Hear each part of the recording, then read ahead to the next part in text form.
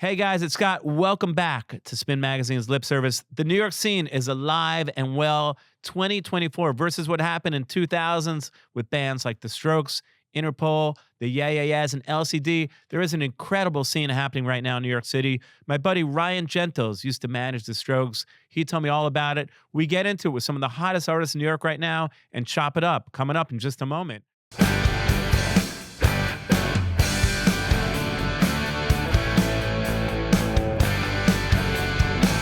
Welcoming to the show, manager extraordinaire, Ryan Gentles. How are you, my brother? I'm doing well. Nice to see you, Scott. You too, and I know you don't do a lot of these things, so I appreciate it. We were chatting for a while. It's funny. This whole episode kind of came about because you sent me a message. We hang out, we chat, whatever. We always chat music. I think you know in my heart I'm way more a music guy than anything else, and so we get along really well because of that. But you sent me a message, and this message has kind of been brewing by other like Marissa, who works with me on the show, had mentioned this too, but you said every 20 years things are cyclical, they come back around. I don't know if you know what's happening, but all these bands in New York are starting to pop off, you know, kind of like the early 2000s. And in my own way, I know because there's a band that's going to be on the show a little bit later, The Thing, that I don't want to say I discovered them. I saw them play in a club and I brought them to a label, and, you know, there's stuff going on with them now. I mean, you and I had chatted about them too. Yeah. But yeah, I mean, you definitely put this thought in my head that everything does come back around every 20 years. You named the list of these bands, some of which are going to be on this episode. And I was like, man, you know, Ryan has something. And so let's take it back to the beginning. I mean, you started managing the Strokes. We were just talking about it. You managed them for over 21, almost 22 years. I met them in mid 2000, I guess it was, and then till about 2021. Now, the story about how they met is pretty legendary, right? They met at boarding school, Sure. and funny enough, Julian was here like 2 days ago. High school, right. But how did you meet them? I was booking the Mercury Lounge from 1999 till about a couple of years. Well, let's start at the beginning. And in 1999, I was getting demos. You know, back then you would send CDs and whatnot to try to get a show. There wasn't email. There wasn't anything digital. Did you listen to all those CDs, or did some just went in the trash? Like, if you saw the cover and it was like a hair metal band, or did you just throw it in the trash? No, I listened to all of them, actually. I was going to say. On the record. But I would listen to like 20 seconds of each, and I would know whether it was garbage or not. Yeah. And I got a CD handed to me from a friend of a friend. And I listened to it. I brought it home with me. It's probably the only CD that I actually brought home with me to listen at home, because I was like, this music is so good. It's I want to listen to it when I go home, which I would never do for all the demos that come in. And that was it. They just sent a demo through their friend. Her name is Carrie Sweeney. Shout out to her, because she is the one who gave me the original Strokes demo. And what was on there? Was it like Is This It? Was it the early? Yeah, it was. There were songs from Is This It? I remember it was Last Night, which they called Can't Not No Try. I have no idea why they called it that. Can't Not No Try was the original title of Last Night, which I don't think I've never said that before. And Alone Together, and I think it was Trying Your Luck, which all three of those songs ended up being on Is This It? But obviously these were demo versions. They weren't on the final versions that ended up on the record. And you feel like you knew right away when you... Oh, yeah. I was like, yeah. When their first show that I booked them, I made them the headliners. A Thursday night. It wasn't a Thursday night in August or whatever. It wasn't like a big deal, but it was like, you've got the top spot, and I built a bill around it. Now, was there a picture of the band? Because I talked to Julian about the fashion. I think I felt like I placed more emphasis on the fashion, what they look like, than he did. But I feel like I have a lot of friends. Obviously, I'm deep in fashion for many years, and one of my friends was the first one, which you might remember, to book them for that V magazine shoot, falling into the water. That was before I met them, but I do know the shoot you're talking about. Yeah, and I just saw a picture of it yesterday. I went with him to a baseball game. Weirdly enough, he was showing it to me. He's like, "Look at this picture I did with them," and so I felt like the image of the Strokes, especially. I think I moved back to New York from LA in 97, so this was just all starting to pop off. But for me, image was everything. Growing up in a band and being in that Guns N' Roses scene, I mean, if you didn't look cool, then you weren't going to make it in a band. There was no picture. I bumped into them after I got their demo. I bumped into them. They were playing Arlene Grocery right after another band that I was seeing in New York at the time called the Every Others. I don't know if you remember them. They were a great band too, but we'll get to that about the New York scene then and now. But the Strokes had just came off stage and the Every Others were playing, and I was going to see them. And so they came out of the club. They kind of staggered out the way that you do when you're a young band like that. And so I did meet them in person before I booked them. But obviously that had nothing to do with it. All bands back in the early 2000s looked cool as shit. But they looked especially cool. Like they were all stars. I mean, the thing I love about them, and that is, for me, the differentiation between a band like that and other bands, like everyone in that band individually, it was like Kiss. You could take them out and they could have a solo record, right? And so they all fit together super well. Solo records. They have, but also there's a lot of bands now that are, I always say this, but there's so many bands now that are faceless. So like, I don't really know. I mean, I don't know. You know, I love Vampire Weekend, but if I ran into Ezra on the street, I'm not quite sure I would know that it was him. Ezra? You wouldn't recognize Ezra? I don't know. I mean, there's certain bands I feel like that don't have a distinct image, right? Unlike, back then, that was so identifiable to who they were. But tell me about the scene back then when you started booking them. What was going on? Were they the only band that were starting to who else were you booking? No, they were the last band that started to pop off in the early 2000s. To be honest with you, I had already been booking Interpol and the Yeah-Yeahs and Ryan Adams and Moldy Peaches before I met the Strokes. A lot of the bands on the playlist that I sent you, which hopefully you'll share on the podcast. Yeah, we're going to share that too. We did 2 great playlists then and now. Ryan worked on one, I worked on one, so we'll see who has better taste. I think you do, but we'll see. Well, I put together a playlist of the bands that I was booking back then. Obviously, there was TV on the radio, Realistics, the Mooney Suzuki were the biggest thing back then. All these bands I had booked. The Strokes were kind of the last one. Long Wave has to get some honorable mention there. And then it was the first band that I kind of booked and said, do you guys have a manager? Because, you're pretty good. And they asked me if I'd be their manager first. And then I said no, because I'm booking the Mercury Lounge. I thought I had the best job ever, as I was only in my early 20s. But there's another job. So I said, I'll help you out as much as I can. And you had to make copies on a CDR. You had to burn CDs. Right, I remember that. And I sent it out to everybody that I knew from my connections from working at the Mercury Lounge.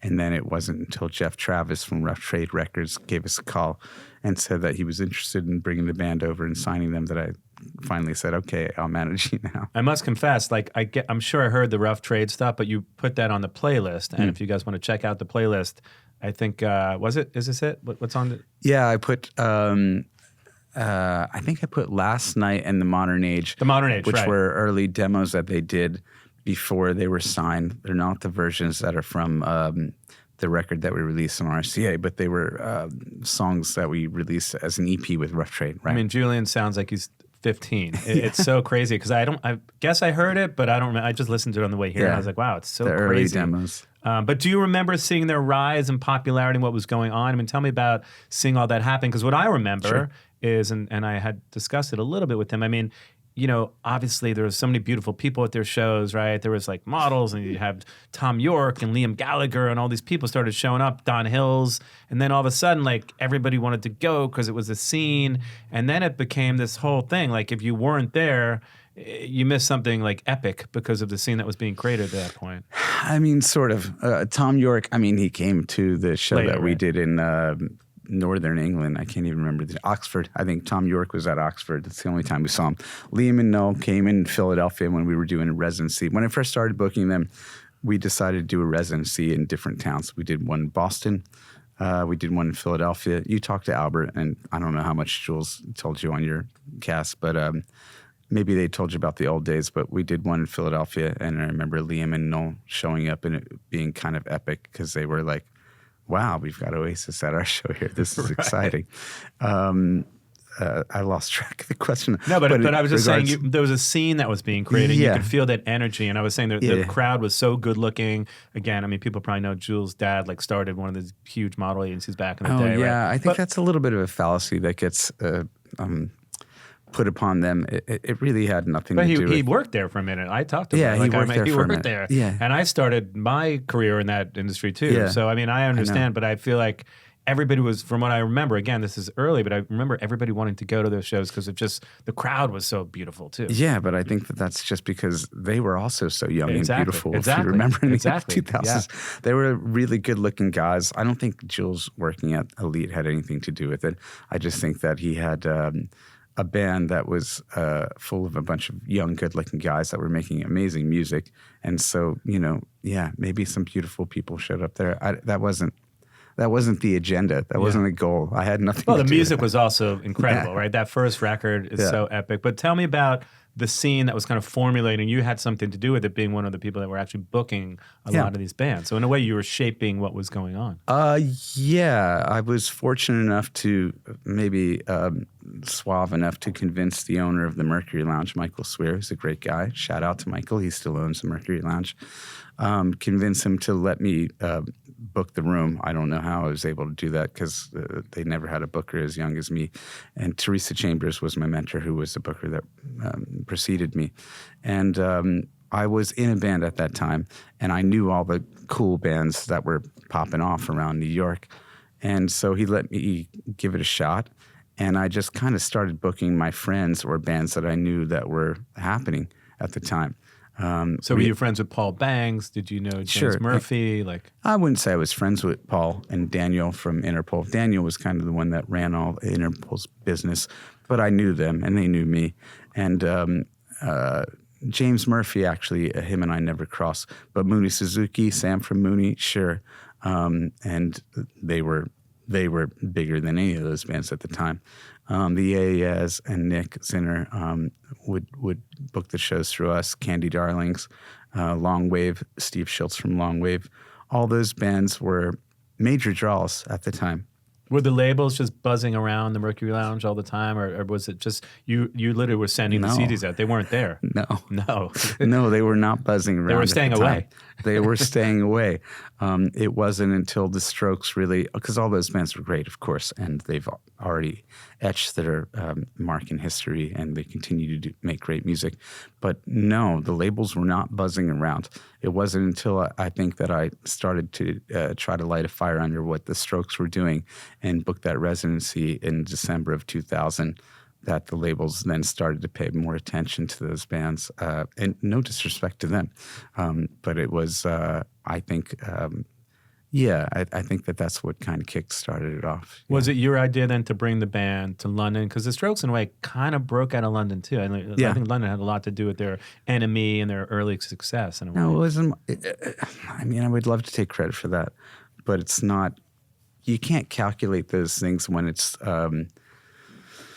happening that fast. It wasn't like I said, hey, guys, gather around. We're going to go to London and we're going to break it. No, it's lightning in a bottle. They look great. The songs are great. And British music has always embraced coolness. Yeah, right? and I was sending the demo around, that 3-song demo that I already told you about, the songs that were before they even made their record, to a lot of labels. One of them was Rough Trade in the UK.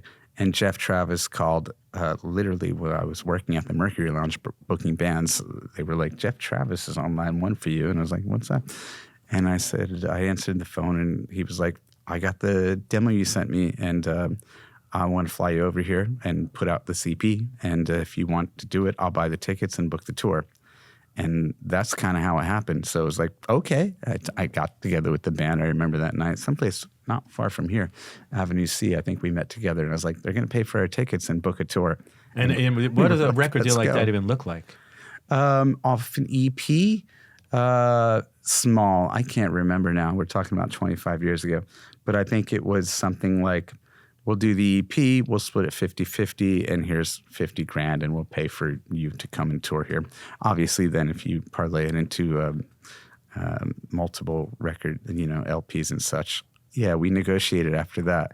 But he was just like, I think that this is great. And we were like in a position where it was like, well, let's go do this and see how it goes. Yeah. So it wasn't, I wish I could take credit for that, Scott, and say that I had some brainchild to break them out of England. It was just, that was the first guy that bit. That was it. But even $50,000 back then, I guess those guys weren't necessarily starving. I mean, they come from good families, right? I mean, I don't know. They went to boarding school. They were a little bit starving. Right? I know everybody thinks that. I know. I don't want to maybe I shouldn't debunk that. But no, but they weren't starving, right? They weren't starving, right. But I remember Jules and Albert were roommates for years, and they were years behind on their months behind on their rent. And I remember having to call their landlord and convince her that we were going to pay it because they were about ready to be evicted.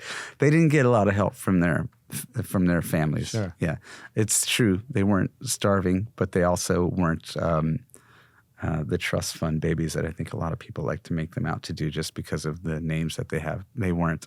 They were all working for their lunch. And then, like I mentioned, like early on, they start shooting for magazines like V. The buzz starts happening. So then what do you remember about the scene back then? Did all the other, like I said, some of the labels start kind of sniffing around? And so a lot of those bands, like you mentioned, the Mooney Suzuki, I think a lot of those bands got record deals. It's kind of fascinating who's around and who's not. LCD still playing five nights at Brooklyn Steel. Oh, yeah. Strokes headlining the Coachellas of the world, right? We talked about Vampire Weekend. Like, there's some bands that are still huge, but there's a lot of them that kind of fall by the wayside. Yeah, I've really never heard of them anymore. Yeah, the Realistics had their moment, and then I don't know. It's band turmoil. I don't want to. I shouldn't speak of it, but. Stella Star was signed to RCA. Longwave was signed to RCA. They came and went and are still doing their things. They're all great artists, of course. That doesn't mean anything. I feel like I talked to Paul Banks a lot about the Walkman. I think they just had a reunion, right? They were kind of huge back then. Walkman were too as well. Obviously, Interpol did their deal and they're still doing their thing. Obviously, playing arenas, which is great. Some of them get out, some of them graduate, as we call it, and some of them don't. But a lot of those bands are still making great music to this day. Not a Surf was also a little bit before this band, but another New York band that's still making amazing music. Yeah, so there's this interesting facet of this too, Ryan. Like you and I were chatting again. You mentioned this photographer, Matt Weinberger, and this kind of genre, music, indie sleaze in a sense, right? So The Dare is an artist that you can't deny. I mean, I was just talking to Bec, one of your artists, Bec Lauder, that's going to come on in a minute, a great artist, and which I'm glad I got her name right. She's Bec quite Lauder. good. But I think if you listen to The Dare, it's undeniable how catchy those songs are. I think The Dare is now signed to Republic, but it sounds to me like exactly like early 2000s LCD. And me and Bec were talking the fact that a lot of the kids that listen to The Dare maybe don't know LCD. So as you mentioned, everything is like cyclical. That indie sleaze thing, I'm very friendly with the Cobra Snake. Mark, we've been friends for many years. And then you mentioned this. Mark was ubiquitous back. He's still doing his thing. But now he was actually... Recently, he was photographing Charlie XCX and Billie Eilish, and I think with The Dare... I didn't mean to speak to him like he's past tense. I just meant when we were all coming up. Yeah. Mark was at every single he's still show. Everywhere. But I think he was just, if I remember correctly, he was just at Billie Eilish's birthday in LA, and everybody was there, including, like I said, Charlie XCX and The Dare. But there is this scene, like you said, everything, especially on TikTok, everything reverts back now to the 2000s. People reminisce about it like it was like golden era, right? And so this photographer, Matt Weinberger, I guess he's like this generation's version of Mark and the Cobra Snake in a sense. I think so. Yeah. I mean, he's smart. I don't know him well, but he's always around. He's at every single show that I go to when I'm going out to see any young artist at Bec's shows, at whoever's shows. He's just always there. He's taking really cool pictures that get attention and trying to network and putting on his own events. He's a smart guy. That's definitely a driving force in what's going on right now, for sure. So how important do you think that social media plays a part in getting a band discovered these days? Is it all about that? I mean, do you still go to clubs and check out bands? I still go see bands all the time. And I know you and I get along because we love it. I feel like, and I hate to say this, I feel like we love the art more than the commerce in a sense, because we're old school in the sense that if something doesn't inspire us artistically, like, of course, money's always great, but I think money is the second conversation for us, and the art for us, and the passion is probably first, if that's something, true in a way. So do you still go out all the time, and are you discovering bands like that, or is your discovery process through something like TikTok? Because I feel like you're probably not on TikTok. You're not giving me the lobs. You're giving me the hard questions. Both, I guess, is the short answer. I do try to go out and see artists when I can. I do it a little bit less because I'm a little bit older. I think you can appreciate that. You can't go out. Obviously, in our 20s, we would go out all the time, and we bumped into each other all the time.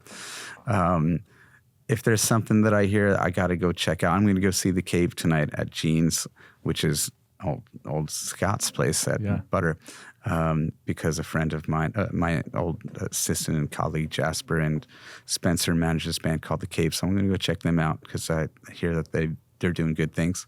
But that's kind of how I do it. When I hear that there's something going on, Bec tells me a lot.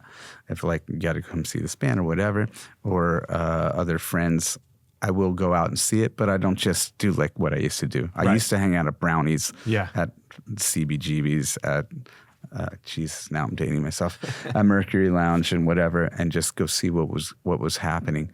But I tend to just rely on, what I hear about what I should go see. Well, there's a bunch of artists that are popping off right now. And again, you mentioned a bunch of them when you text me, but I want to talk a little bit about those artists and what they mean to you and kind of the importance of this episode, looking back on the 2000s. As I mentioned, everyone go check out the playlist that Ryan made. So you'll see the WizKid Management playlist and my playlist. But these are two different, scenes, obviously. I mean, before I get into it, one last question.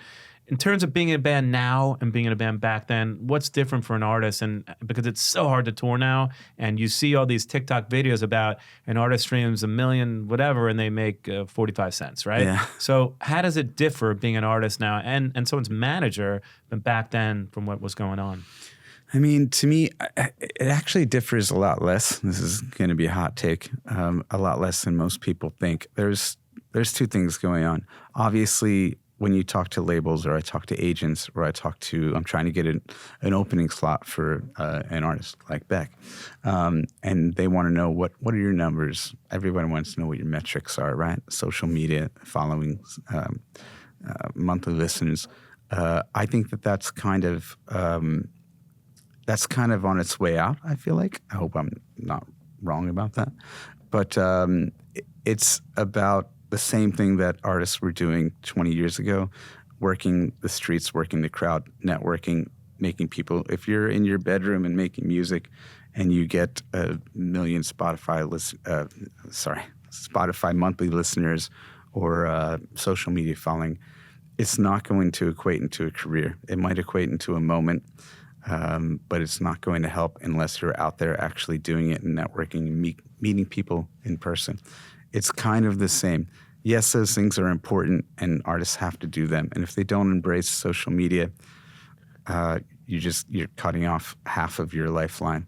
You kind of have to do both now, but you still have to do the same things that you were doing before, which is, what I usually look for in an artist. That's somebody that's willing to kind of be out there and making connections. But just to break it down, because we see so many videos about this, if an artist does get, like Bec, let's say she gets 1 million streams on Spotify, what does that equate to for an artist, like in their pockets? Because you see so much about it, and people don't really know what's true, right? Where's my phone? I have all that. I know people, you pull up the stats and it's like 50 million streams and $8 or whatever it is, but no, it's more than $8, but it's certainly not enough to hang your hat on, so to speak. It's no, it's more than $8, but it doesn't really matter because that's a check that you get once. But to build a career, it's going to take a lot more than that. And the money's still in the live shows and the merchandising. It's so hard to tour now. Publishing, live shows, merchandise, sure. Streaming and sales is pretty much streaming right now. Even if you can sell vinyl and CDs, which still go quite well in Europe. In a way, do you feel like the labels are becoming tech companies? If you think about what's going on, all the changes, I mean, Atlantic just had a big shift this week, right? It's kind of all shifting where they're becoming technology companies, right? Yeah, I mean, I had a meeting. I can't name names. Like, I won't no name one names. listens. So I had a meeting with the head of a major label on another artist, and he literally told us when we were in the meeting, me and my old partner, Dave Gibson, who's brilliant, Shelter Music, shout out to Dave. He sat us down. He said, here's the thing. You should pretend like you don't have a record label. That's how you should manage the artists. Because we're not going to help you. We thought, what? then let's just not have a record label. Yeah. We were going in there for marketing money and to try to, rally the team. And that's what he told us. He said, pretend like you don't have a record label. And we thought, he should think about that next time. We don't want to do that. Next time there's a frenzy to sign an artist, they should also think about that, right? Because we'd like to pretend that we do have a record label and that you can help us. Right. That was how that conversation went, but that was fun. It's fascinating. Well, there's so many new artists I get to go over, and I'm just going to touch base on a couple of them. We'll talk about them. You had sent me some. I did my own research. I have a lot of bands. So obviously we mentioned the Dare. For me, it's like 2000s LCD. He's great. Yeah, he's kind of popping off. And he's got that cred of Charlie XCX, Billie Eilish. They're all endorsing him. Signed to Republic Records. Yep. Looks cool, right? I feel like he's very cool. For the kids that don't know LCD, check out LCD too. But I would say he's kind of the new James Murphy right now, right? Except he's super thin and stylish and everything. But great artist. James is thin. Yeah, he's thin. I mean, this kid is like stick thin, I know, right? But great artist. Geese, a great band that we, for me, it's like 70s rock. It's a little bit like the new Fish, the Dead. I don't know if you've seen them live. I haven't seen them live, no, but their music is awesome, yeah. Yeah, really important artist, I think. Ben Steller, kind of that shoegaze era, right? Early Pumpkins. Yeah, they're great too. And they're kind of popping off. I told you, Scott. That's why I called you. I was like, there's so much cool stuff going on in New York. There's so much. I mean, again, we could talk about so many. Des Rox is an artist that I really love. Des Rox played my birthday not long ago. I think he's incredible. He, for me, reminds me of like kind of his own version of like Jack White in a sense. He's got a lot of passion, a lot of energy, and he played for a sleepy birthday crowd of mine and turned them around in about 10 minutes, and everybody was on the floor thinking this guy's the greatest. I'm sorry I missed that, by the way. It's all right. Out of town. But there's a lot of other great artists that we'll get into, but, the Telescreens and Fuckers and obviously The Thing and, Sid is coming up on the show. Tell me about your favorite. Let's talk about it a little bit, because you managed Bec Lauder, which she'll be here in a second. But talk about the other artists that you're managing, and then we'll talk about your other favorite New York artists in a second. Okay, sure. I'll do it briefly. I'm managing a great Persian Kiwi rapper named Chai, Chai. I know there's another band in Japan named Chai, but this one's with two I's at the end. Iranian who emigrated to New Zealand. She just put out her record on Friday, actually, last week, on BMG worldwide. So that's going to be a slow build. She's also new, but she's incredible. First rapper I've managed, but she raps and sings in her songs. She's got a full band behind her. She's not just doing it over track. I manage a band called Rome's from Toronto. Apparently, I specialize in international bands. Cool band. You saw Rome's? I saw them, yeah. Yep. Mercury Lounge. Brother duo that play with tracks, and they're just drummer and guitars. Ring a bell, White Stripes. But it's a more industrial kind of vibe. I manage a kid named Beige Lambeau, who also produces and does songwriting on the side. He was signed to C3 Records. And Bec, of course. And and the Dandy Warhols right now, who I know that you know well. Yeah, another great band. One of my favorite documentaries I always talked about, Dig. I don't know how they feel about it, but I still think it's an incredible movie. We don't need to talk about how they feel about it on this podcast. But if you see the movie, thank us, because it's a great movie. It's a great movie. But I want to ask you, I mean, aside from the artists that you manage, some great artists, and Bec will be here in just a moment, do you have, Ryan, a top 5 favorite bands out of New York, I guess, that are happening right now? Right? If we start with number 5. Right now. Okay. Yeah, I saw this. I knew that I was going to be asked about this, and I tried to prepare for it. Sure. I'll do my best. Number 5. Oh, we're going from low. Yeah, we kind of Who's my favorite from? Yeah. Number 1 being your favorite. My favorite's going to be. Yeah, well, we'll start with number 5. Right there. We'll start with number 5. It's going to have to be my favorite. Number 5. Okay, I really love Cab Ellis. I used to manage Connor is the name of the kid. And it's okay that we don't work together anymore, but he's too good to not mention because he's great.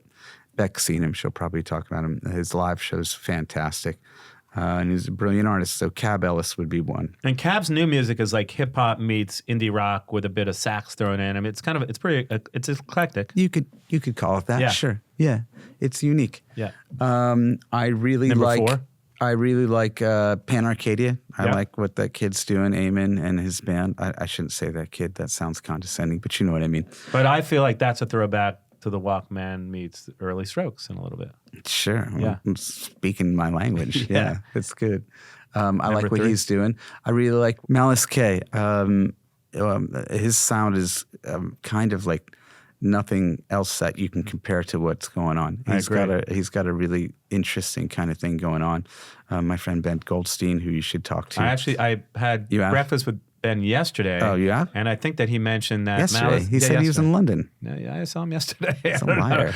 Well, maybe he's in London today. with Malice K. Maybe it was the day before. I don't know. But either way, he was telling me that Malice got like shadow banned for like he was running naked through the streets on Instagram or something, and they like shadow banned him. So I couldn't even find his accounts. But the music is great, very eclectic. He had the cover of Enemy, I think last week. Yeah. I think it was last week. Yeah. Paul Banks is the one who turned me on to Malice K. Amazing. I was like, "What's going on in New York?" He's like, "Check out Malice K." And I tried to manage him, and he was like, "Oh, I've got a manager." And then next week, Ben called me and was like, "I'm managing Malice K." I was like, "Son of a bitch! Like, how'd you do that?" He's like, "Because I'm out here. I snake whatever. I don't want to. You probably shouldn't do that because I don't want to snake him." Malice K. All right, what are we on? Number two. All right. Number 2. All right, give me a minute. In the New York scene, it's funny because I have managed so many international bands that scene is. I mean, I could throw out some names, but I don't want to. I feel like you know so many names. You sent me so many names that I feel like. Yeah, I would put. Yeah, I sent you all the names. Right? Well, I have my own too, but you sent me. Who did I send you? There was like Telescreens and Fuckers and The Life and so many, right? I'm gonna put Sid. I'm gonna put Sid as number 2. I think, and Sid's coming in tonight too, right? So that'll look good. So Sid. Yeah, Sid Simons. Is I've only seen him perform once, but I've listened to his music and I really respect what he's doing. And I think that his voice, if he can keep it together in a band together, it's hard, man. I think that he'll go far. I like him and what he's doing. And I hope that my friends Jasper and Spencer are managing it right. That are also his management. Awesome. And number 1, let's talk about an artist that's going to be here momentarily. Guess Drum roll, please. My favorite in the New York scene right now is Bec Lauder and The Noise. She's got a sound, a look, and a voice, and mentality of trying to go get it and do things that is rare for an artist. Artists can be lazy. We all know that. And, that's why I wanted to work with her. I'm glad that she wanted to work with me. She's, to me, what's next in New York. And that would have to be number 1 for me. Awesome. So welcome into the show in just a moment. Bec Lauder. Welcome into the show, an amazing artist, Bec Lauder, and The Noise. Without the noise, just Bec Lauder. How are you? Yes, Bec. I'm great. How are you? I'm doing great. Great to see you. One of Ryan's artists, so excited. Ryan's number 1 artist on the top 5 countdown. That's my number 1 artist. You guys like to do a shot with me? Oh, It's called Magic Mind. I love the mental clarity. It gives me mental clarity. It's the best thing I can actually drink for my brain, and I think you'll enjoy it too. So let's do a shot to start the show off here. Mental clarity? Mental clarity. It's called Magic Mind. So heck yeah. I need this because I need the mental clarity. So that's something it's Magic Mind every morning for me. And if you like it, use the code LIPS at the link in the description for a discount. Use the code LIPS, LIPPS, in the description for discount. Magic Mind. That is delicious. It tastes like guava. It tastes like guava meets like it's delicious. And you'll think better. I feel so mentally clear. So I'm going to do better now. Well, Bec, it's great to meet you. I saw you play at the Mercury Lounge. Great artist. There's so much going on with you. So I want to get into. Tell me how you started and how you met. So I waltzed into an apartment in New York. I was moving here to be a model, and I moved in with a bunch of musicians, and they were all like, Bec, get on the mic. Bec, you got to get on the mic, bro. And I've always played guitar in my free time, never played for anybody. But it was that moment when I moved to New York into a place at 2nd and 9th and had a bunch of boys I was living with that were always jamming. And that was the beginning. What'd you listen to growing up? Who were your early musical influences? The Cranberries, Four Non Blondes, Dido. I also really loved Aerosmith and Green Day and the Eagles, but also Cake and Beck and some like funkier stuff like that. The other Bec. I feel like when I listen to your music, I hear a little bit of like Shirley Manson and Garbage and Nirvana influences, which is always a good thing, right? Yeah. I mean, it's interesting. I think the music that I have out is actually not very representative of how the shows go these days. So you were just telling me that you have a new band, right? Oh yeah, Yeah, 4-piece all-girl band, Amazing. and we're a mean combo. I just came here from rehearsal, and I'm pumped. And they're the Noise. They're the Noise. Awesome. They're the Noise. They're the boys. So the plan is, and we were, this whole episode is really about looking back at the 2000s, and a scene Ryan was very much a part of early on. Booking the Mercury Lounge, managing the Strokes, and to now. So, I mean, are you friends with a lot of the artists that are happening now? And who are some of your? Oh yeah. We'll get into your top 5 list too. But tell me about the scene here, what it kind of means to you, and how you fit in. Yeah, it is so electric. There's something every night, and it's really cool. Now we have these Substack articles that multiple people will send out, and it'll be like, here's what's happening on Friday and Thursday and Wednesday and Tuesday. And by the way, I'm on it, and it's a big thing for me, so I'm going to follow you. So now we'll be Substack friends. I don't know if that's a thing, but we are now, and we'll get Ryan on it too. Have you heard of Sarah Fagan? I haven't, but I should. She's my favorite right now. Okay. And she's been really adamant about, like, there's a rock revival. I'm from New York. And growing up, there were never any, like, rock band. And now we're all friends. And we all go out. And we all go to 151 on Tuesday nights and spin rock and roll vinyl and dance. And it's very much a community thing where we're all collaborating. I'm going to actually collaborate with The Cave and the Telescreens on finishing up mixing my album. And I'm actually, I haven't told you this yet, but we're gonna expose them I on Scouts. I might do a dance single with Matt Weinberger. Okay, well, amazing. We were just talking about Matt Weinberger. It's like I can't even help but collaborate with everyone because we're all such good friends, and we're throwing parties that are literally breaking walls apart from each other. So it's so interesting because when I was growing up, I was in this band that was sort of part of the Guns N' Roses thing, and this is predating Ryan, but we used to have to pass out flyers. Yeah. And so now it's Substack reads. That doesn't predate me. That's you exactly weren't on the what Sunset Strip in the late 80s. No, I meant what the Strokes were always passing out flyers too. Okay, so it went on to what we'd had to do. I still pass out flyers. Well, yeah, but that was like you didn't. There wasn't Substack and Instagram. Way, there was none of that. So it's like there wasn't even email. So like if you wanted to get people to your show, is physically either you hand them this flyer or they don't know about you. Yeah, you go to wherever the hottest party is in town and try to just convince everybody to take your flyer. That's exactly what we were doing in the early 2000s. Yeah, but you're saying it's very much a collaborative scene. So talk to me about some of these bands you're friends with. Like the Telescreens are a band that we should talk about a little bit. Yeah, Jackson honestly was one of the first musicians I met in New York. And when I met him, I was like, holy fucking shit. Sorry. I love music, and I've always loved rock and roll. And I find myself at a lot of shows where I'm just sitting in the back and I'm like, this is fine. And when I'm at a Telescreen show, I'm in the mosh pit. I'm in the middle. I'm getting elbowed by dudes, and it like makes me feel so full of excitement and energy that it's like I just played a show. It's his show, but like I feel like I just played. And that's how I feel when I watch Sid. And that's how I feel when I see The Cave. And that's how even The Thing in Telescreens co-headlined around the Gov Ball time. Yeah. And they're incredible. The Thing's got that really cool 70s vibe going on, but the Telescreens make music for people that need to just let it all out. So we'll talk about it in a moment because The Thing aren't going to be here, but it's so interesting you mentioned that. So I very rarely, I mean, I'm not out every night, so and I don't know if Ryan is either. So I didn't really know that this scene existed beyond what I know, right? Yeah. So, but you're telling me that there's a scene here where it's, what is it, 151, and what are the other spots that people are really hanging out at? I mean, there's some spots that I feel like I can't really share. You know, there are like there's this one jazz bar that we all go and play pool at, and there's, I mean, coming up in Niagara every Wednesday, everyone's going to be there for my residency coming up. Some of the other spots, I've been really loving Brooklyn Made recently.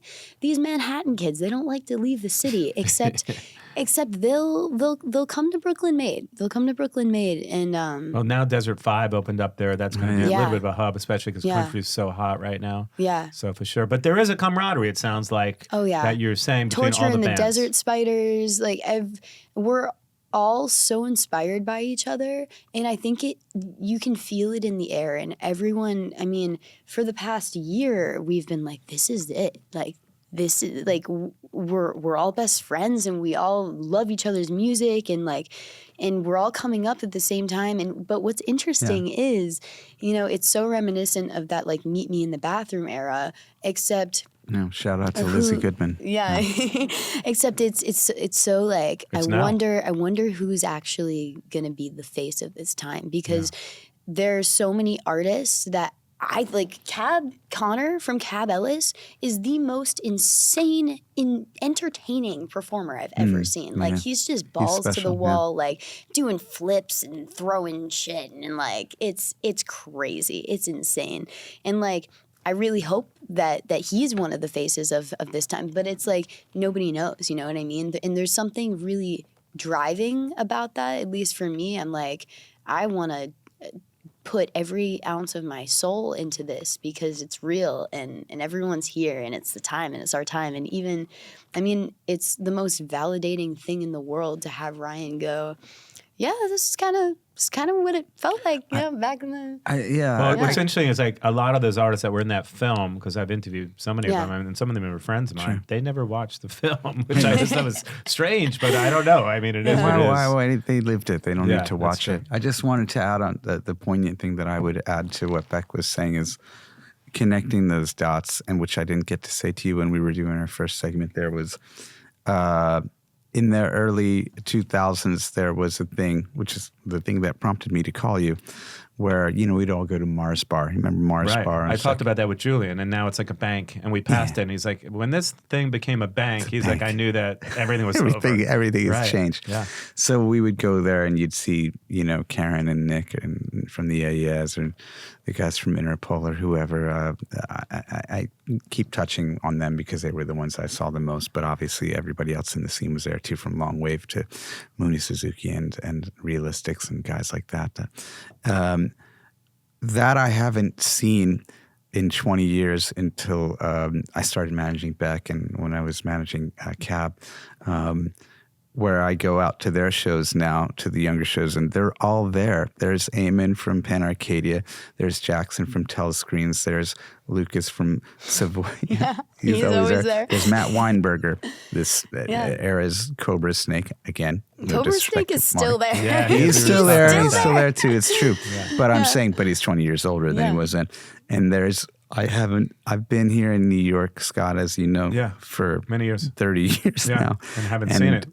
That didn't happen in those in-between years. And now it's happening again. Everybody's at everybody's show. Sid's there. Yeah, the Nautics.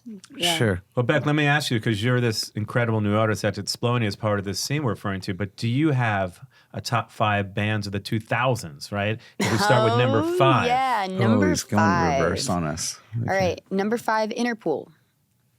Number 4, Paul Banks. And what do you like about Interpol? Paul Banks is a great singer. He's still great. I love him as a guy and as a singer. They're all just great. The attitude. Yeah, I'm a big energy girl, and so I'm very drawn to different attitudes. I mean, I think number 1 on my list. Oh, that was number 5. Let's start with number 4. All right, number 4. Top New York City band of the 2000s. Let's go with... See, this is so hard going in reverse order. Wait, can I check my phone? Yeah, it's not I'm live. sorry, I feel like I'm cheating. Yeah, it's okay. Okay. And Ryan's got a playlist we can share if we can, helps to jog the memory. Number 4, Moldy Peaches.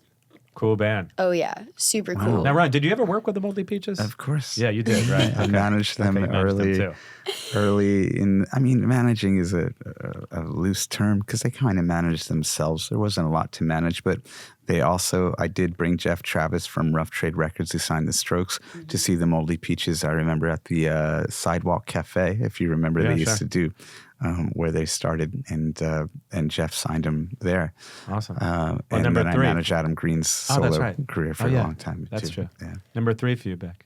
Number 3. Let's go with the Strokes. Okay. We'll put the Strokes important there. Band. I mean, and especially Ryan sitting here, very important band. Yeah, I mean, and it's interesting because, it's crazy. But I mean. Reptilia was one of my favorite songs as a My kid. favorite Strokes song of all time, Reptilia. Yeah. Yeah? It's so good. good. So good. Still so good. Yeah, it's great. Number 2 for you. Number 2. Favorite band of the 2000s, New York City band. Le Tigre. Cool band. Le Tigre. Yeah. It's good. That's good. Yeah. Good I'm putting those girls up top, Yeah, you know? I like that. I'm putting those girls up top. Le Tigre. So cool. And also like fresh and different and funky in like a girl band, but in like a really like badass, you can't fuck with us kind of way, you know? I like that. And number 1, yes. Come on now. Mic drop. What do you like about Karen O? Nick I Zimmer? mean, What can't you like about Karen? what can't you like about Karen O? You know, I wish I could have seen her back then. I mean, like when I first played at Mercury Lounge, I was watching all of the videos of like Karen O at the Mercury Lounge, like what was going on, you know what I mean? And she's almost like a really mysterious character. She doesn't seem as showy as a lot of the other frontmen, but she feels so real and intense, and that's something that's really intriguing to me. She's the real deal, and she's a rock star. Yeah. Absolutely. Awesome. Well, thank you guys. This is awesome. So we have a bunch of bands coming on this episode. Ryan, this was your idea, so I appreciate. I know you don't do this a whole lot. I Beck, you have an appreciate you incredible career coming up ahead of you. So this is all super exciting. We'll have to do part 2. Where I mean, this is probably going to become a series, I'm sure, as per Ryan's suggestion. So we're getting into it, but there's so much more to do. So when the record comes out, when the record comes out, we're going to do another one of these. Bec Lauder and The Noise. Check it out. Any gigs coming up? Every Wednesday, I am playing for free at Niagara, right in the East Every Wednesday in Village. September. Right, Every Wednesday in September. It's going to be packed. So come to the shows. Yeah. Awesome. Thank you. Thank you. Welcoming to the show, and we'll wait for my top 5 New York City bands of all time, but I guess I'll break the news. My favorite New York City band right now, The Thing, and my brothers. How are you guys? Thank you so much, Hey, man. thanks, man. Jack. Thanks for having us here. Yeah, Thanks for doing coming. By the way, we should get this out of the way. You guys wanted a shot? Mental Mind, Magic Mind. It's Yeah. for mental clarity if we want to do a shot together. Let's do it. Yeah, Feel free. Cheers. Here it is. We'll do a So shot logo together. You can use the code LIPS if you want, or just, Cheers. Cheers. Here's Hey. Magic Mind. Here we go. Let's go. So I think it's going to help us think, apparently. Mm-hmm. Well, we all Brain met. blast. I love you guys. This whole episode is really about what happened about 20 years ago with the scene in New York. It was Interpol. It was the the Strokes. Ryan worked with the Strokes for years, and what's happening now in the scene. And we met in a pretty cool way. I always tell the story, and I don't mind telling it in front of you because I think it's a cool story. But I don't go out every night. You're probably very well aware of the scene going on in New York, probably way more than I am because you're living it, you're playing it.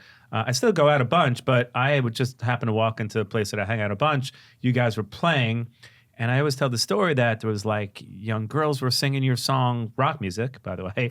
The energy was there, and I'm walking around, and my friends that own the place were like, have you heard these guys? They're going to be huge. Meanwhile, everyone's singing the songs. I was like, how is this happening with a band that I don't know, that's like a new band? And then I started paying attention. I love the songs. I love the fact that y'all sang, and the whole package was there, right? Kind of reminded me of back what happened early on with the Strokes. But there's an energy right now, and you guys are part of it in New York. And there's a lot going on. So I'm excited to chop it up for a little bit and get into it. Tell me what it means to you guys to be part of the scene and how it's like being a band in 2024 now and kind of breaking into the New York scene. You've been a band for a while. You've known each other for ages, right? Yeah, known each other. We grew up together pretty much. But honestly, it's an honor, Scott. Thank you. To be on this podcast and to be a part of the scene in New York. This is something we've been working on for a long time. I'm born and raised here, so grew up listening to New York rock and roll. So yeah. But you guys met in like high school? Yeah, we met in high school, and there's 4 of us, the whole band. We've kind of known each other for a while, and we all had different projects, and we finally got back together, and we're like, let's go full ahead and with the thing, and really dive head first. Now, do you think that I don't know if you're fans of what years ago, the bands that were happening, the Walkmen, Interpol, the AAS, obviously the Strokes, were you fans of that music growing up? Yeah, for sure. I remember like the first music video I watched on like pay-per-view was Juicebox by the Strokes. I remember being like enamored. Yeah, David Cross in that one. Yeah, with David Cross in it, Stroke. Yeah. So Ryan, who was just here, I mean, he got his start. He was the booker at the Mercury Lounge. Yeah, and then he went out. insane. Someone like gave him a CD back when people gave people CDs and of the Strokes. And we were talking about, and he said to me, kind of the inception of this episode, he said, in 20 years, I've never seen a scene of music like this. It happened back before, but everything in life is like cyclical, and it's happening again. There's Pan Arcadia, the Telescreens. I always say, you guys, The Thing. Bec Lauder was just here, right? Mm-hmm. Like all these artists that are happening, he started pointing out to me. I started researching them, going down this rabbit hole. I'm obviously connected to a lot of people in the record business too, and we're all talking about it now. And I really believe, I keep telling them that rock is coming back. I like to think it is. But what do you think of the scene? Are you friends with all the bands? I know you're doing a show at the Irving Plaza, coming up with a few of them. Yeah. We had the pleasure of meeting the Telescreens, I think a little before Govball. We played a show at UPenn with them, and they're just the best guys. And then met Sid, I guess a week ago. We played Tompkins Square Park. And then just Bec Lauder, just here right now. But I've been obviously listening to their music for some time. And I think it's great. I think it's just electric right now. For a band like yourselves, you're not really starting out because you're really on your third record yet to be released, right? Mm-hmm. Right. But there's a lot of hard work that went into it. We were chatting for a while. I mean, you see all these videos on TikTok, an artist streams 1 million and they make 85 cents, right? Mm-hmm. What does it mean? You know, obviously you've got a lot of great friends, you're working your ass up, you're touring, you've done a bunch of festivals, which is pretty amazing without having a major record deal yet, right? So what does it mean for you guys being a band today and like coming up in the scene when it is really hard to make it as an indie band? You kind of have to have the passion for it. Yeah, I mean, we live and breathe and are students of the history of rock and through all the decades and the current scene now. So this is where our heads are at. We're constantly just, touring, playing shows and bouncing ideas off of each other in the van. So just to be able to record and actually put out, we're very album driven, and to put out as much music as we possibly can. Like it's that's what drives us and keeps on. The inspiration doesn't go away. To that point, you're so album driven. We sat in this really amazing meeting where they played your entire record for a label, that was insane. which doesn't really happen a lot, right? Because I feel like most artists, I don't know, I've been in so many of these meetings where it's like, here's the best 3 songs. And I was only a bit nervous because I've never sat through an entire record. And I was like, what if there's actually a couple of instrumentals on this new record too that is yet to be released. But it's, asking people they're sitting through an hour of music. It's not, people are in a different, I don't know how you discover music now, but people discover music in 20-second increments, right? Yeah. Like, how do you all discover music? Are you discovering music by doing these gigs and seeing your friends play? That's a big way for sure, being a part of the New York scene.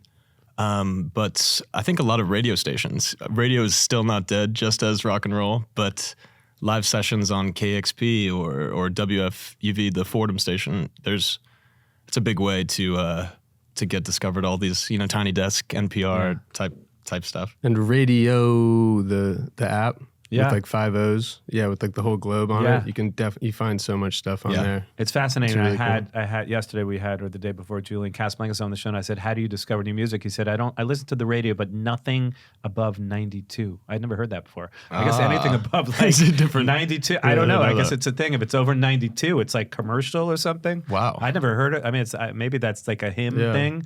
But it was fascinating. So I guess anything that I said, what about AM radio? Maybe you should just concentrate on AM. Yeah, maybe AM is the move. Yeah, we haven't gone there. In the van. AM is for like, the soft rock.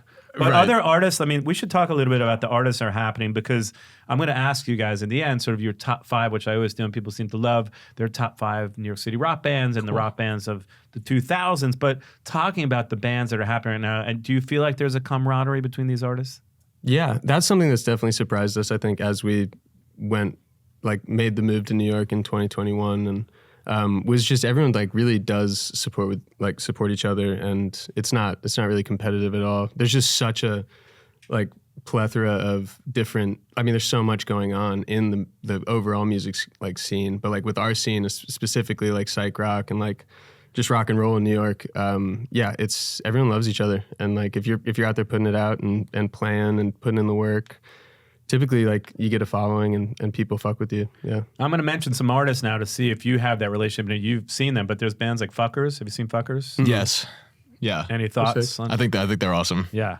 What about Pan Arcadia, Telescreens? playing with soon coming up. Yeah, I've seen the Telescreens, not Pan Arcadia. Haven't seen them yet, but Let's check them out. Yeah, the list can go on and on. There's so many good bands. My favorite band in New York is the Mystery Lights. Okay, well, we're going to get into that, so save that. Yeah. But is there a band that each and every one, that you both got into music for early on? Let's start with you, Zane. Was there one artist that you heard that you were like, I need to do this for a living. This is what I need to do? Because I know your dad, and he's super supportive of what you're doing. Totally, and he's definitely, like, I've been playing music my whole life. I was a huge fan. We bonded on, like, loving the Black Keys. That was a big one, and just like the blues and going back to those roots and stuff. But like I had like a kind of come to Jesus moment. I heard this song called "Young Lady, You're Scaring Me" by Ron Gallo, and that came on the radio when I was moving into my apartment, actually like a couple blocks away from here. And I was like, damn, I gotta see what this is. And like, I knew I could like do something like that, and like had written songs before, and I was like, damn, like that. It just like seemed freeing. Seemed like it was just a nudge in that direction. What about you, Jack? I kind of got really inspired by sort of the 80s New York rock and roll scene. Yeah. Richard Hell is a big inspiration, and New York Dolls, and that's my jam. All that stuff. Yeah, I really got into that at first, and then that was the first time where I was like, maybe I could try my hand at this a little bit. Now, you mentioned a little bit the Black Keys. They were on the show, and then, is it a little bit daunting for you when a band like the Black Keys were on the show recently and they canceled their tour a little bit after, when they're canceling like arena tours? Because you think they're at the top of their game, one of the biggest bands right now, rock bands. But do you sometimes think, as a new band and a new artist that's still kind of really working hard to get where you want to be, and it's happening fairly quickly, I would say, but do you still think to yourself, wow, if the Black Keys canceled their tour, this is a little bit daunting? Yeah, I'm curious to see what they're going to do, because they've always been on the forefront of pivoting and not letting, I think, the industry control them. So they have to have some good reason for this, and maybe they'll go and play some theaters and do a rebrand thing. But I'm curious. Yeah, I think just selling tickets right now is hard for everyone, right? So I think if you want Billie Eilish, you're selling a lot of tickets. But rock is, as we said, the whole episode is really about this burgeoning scene that's happening, what's going on. So do you feel like there is this sort of renaissance and there's this scene happening here that is undeniable, kind of like the 2000s? Because Bec mentioned Meet Me in the Bathroom. I don't know if you've ever seen the documentary. Yeah, it's great. Almost all those bands have been on the show. None of them have seen the movie. I said that, which I think is weird, because I'm like, Albert, what do you think? He's like, I never saw the movie. Paul Banks, Wow. Did you like that? I never saw the movie. I'm like, okay. But do you feel like that's happening in a way, that scene? Do you feel that energy? I haven't seen it actually, but I don't know if you've seen it. I think the energy is different, but it's on maybe a parallel level. It's really cool what's happening right now, and especially in Brooklyn. It's the venues are so good. The Mercury Lounge is still kicking. Shout out to the Mercury Lounge. Yeah. But venues like TVI and Our Wicked Lady and Baby's All Right, things are really happening, and people are playing in bands, which is it's awesome. Awesome. Well, tell me what's going on with The Thing coming up in the next couple weeks, next couple months. This show is going to come out probably early September, but there are a bunch of gigs lined up, and I think at some point there'll be another record coming out. There, you just finished a tour. There's so much going on. So tell me what's going on the next couple weeks, next month ahead for you all. Yeah, so we're playing Irving Plaza with the Telescreens and Sid Simon's on September 7th. And that's a great bill. And for those of you who want to check it out, I made a playlist featuring The Thing, Oh, sweet. Sid That's Simon's, awesome. Thank Telescreens. It's all about the hottest new artists. So Ryan made one for the 2000s. I made one for now. Sweet. And everybody can check out. I'll send it to you too. I think you're going to really enjoy it as part of this that's awesome. episode. But that's a great bill. Yeah, I'm super excited. I mean, it's a pleasure to play Irving Plaza. Yeah. That's going to be definitely been on the list for a while, so Awesome. excited. Yeah, And then and you'll still continue to work on music. You're pretty, you guys are working on music all the time. Yeah. Prolific. There's like, I feel like every 6 months you got new music that you're working on. Thank you, man. Yeah, I mean, we have no rent, so we just kind of that definitely helps. So we have Yeah, to we keep gotta kicking the can, keep recording. coming up with jingles. Yeah. Well, let's talk about both of y'all. I guess we could check out like who you think. I guess, Jack, I'll start with you because I know that this is a passion of yours too. Your top 5 bands from the 2000s. We could have done the 80s, but this whole episode 2000s, is yeah. about. So let's start with the 2000s for you, Jack. Your top 5 New York City bands from the 2000s, starting with number 5. New York City specifically. Okay. Specifically. Well, we got to go the Strokes. Is that number 5 for you? Let's go to Strokes number 5. Okay. And what is it about the Strokes that you really connected with?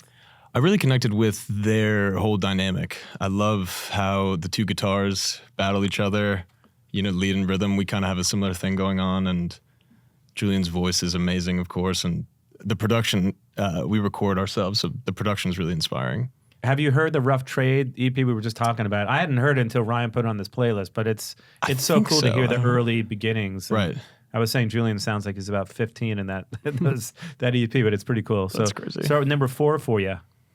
4 from the 2000s. I mean, I love, TV on the Radio. Yeah, great band. Yeah. Awesome band. Underrated in a sense. So underrated. Really, really good. I saw them live once. So good. I know they're not New York, but they were all associated a lot with, the White Stripes are probably my biggest influence, but we won't put that in there. I don't know. Yeah, I mean, they're dedefinitely incredible. I just don't know if they fit into the New York scene, more Detroit. But yeah, Detroit. Number 3, I would say. Yeah, let's go number 3. We'll go 3 is Interpol. Interpol is so mysterious and so cool. I love everything that they do. And Paul Banks is a genius. He's been on the show a bunch. We're good friends. I love that cool. guy. What is it about Interpol that you connect with? I liked kind of their showmanship. I like the way that they dress and it's almost like non-showmanship, right? Exactly. They're just so subdued. Keeping things a mystery is actually cool, especially in this day and age. Definitely. Number 2 for you. Number 2 from early 2000s. Let's go. I could throw out some bands, but I don't want to influence this decision at all. So. That's important. No, this is tough. We could edit it out. I can throw out some bands at you, but I've got number 1. I'm just trying to think of number 2. Well, I can throw some names at you. There's LCD, Yeah Yeah Yeahs. I love all of those, but the I'm not Walkmen. Yeah, let's go Walkmen number 2. I love the Walkmen. And number 1, Spoon. I know they're from Texas, but they also are part of the New York scene to me. All right, we'll put them in. Yeah, we'll go Spoon. That's a good one. Awesome. That's a really good one. And Zane, let me ask you, because this whole thing is about connectivity and the artists that are breaking out of New York. So do you have a top 5 bands besides The Thing, who obviously is number 1 on my list, that are breaking out of New York, that are your favorite New York City artists now, starting with number 5? They could be friends, it could be anything, just bands that you really are interested in, that you like, that you support, starting with number 5. Number 5. We'll get you closer to the mic. Oh, yeah. Number 5, I would say it's probably go with Telescreens. They're doing great stuff. A lot of energy, and it just seems like they've helped really spin up a lot of this crazy energy happening in New York right now. Their shows all look crazy. They're doing awesome house shows, DIY shows, and they're just working, which is cool. And they're playing with you coming up. Yeah, and they're playing with us. Plaza. Yeah, at Irving Plaza, September 7th, which would be sweet. Awesome. Number 4 for you. Top New York City band of 2024. 2024, damn. Well, they could be 2023, just now. Cool. I would say there's a band called Voyeur that's really sick. They're out of Brooklyn. They do a lot of free shows, and then I think they just opened for Drug Dealer at Bowery Ballroom recently. But they have a really cool sound, really cool kind of like a sound wave. You just you go in and just get hit with it. Stylistically, what are they like? Kind of like Sonic Youthy, awesome. I would say. I'm sure you get that a lot, but kind of 90s, but also with the kind of this new wave, droney, spacey, almost a little shoegazy too. But yeah, awesome. Super cool. Number 3 for you. Number 3, artist out of here. I like Jalen Naganda a lot, who's on Daptone. His voice is I think it's one of the craziest male voices probably around right now.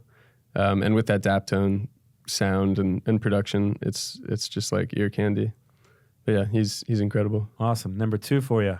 Number 2, right now, Native Son. Native Son's they're kicking ass. We played with them in Troy and Brattleboro, and they just have such a it's got to be the realest rock and roll band we played with. It's so sick. And it's just entertaining, and they're great guys, but they live it, and it's these are real punks, which is that's inspiring. Yeah. And number 1 for you, the hottest New York City band right now besides The Thing. Besides The Thing. I mean, we could put you in there, but you're on my list, so that's okay. I would have wore the T-shirt today. I got to go with the Mystery Lights.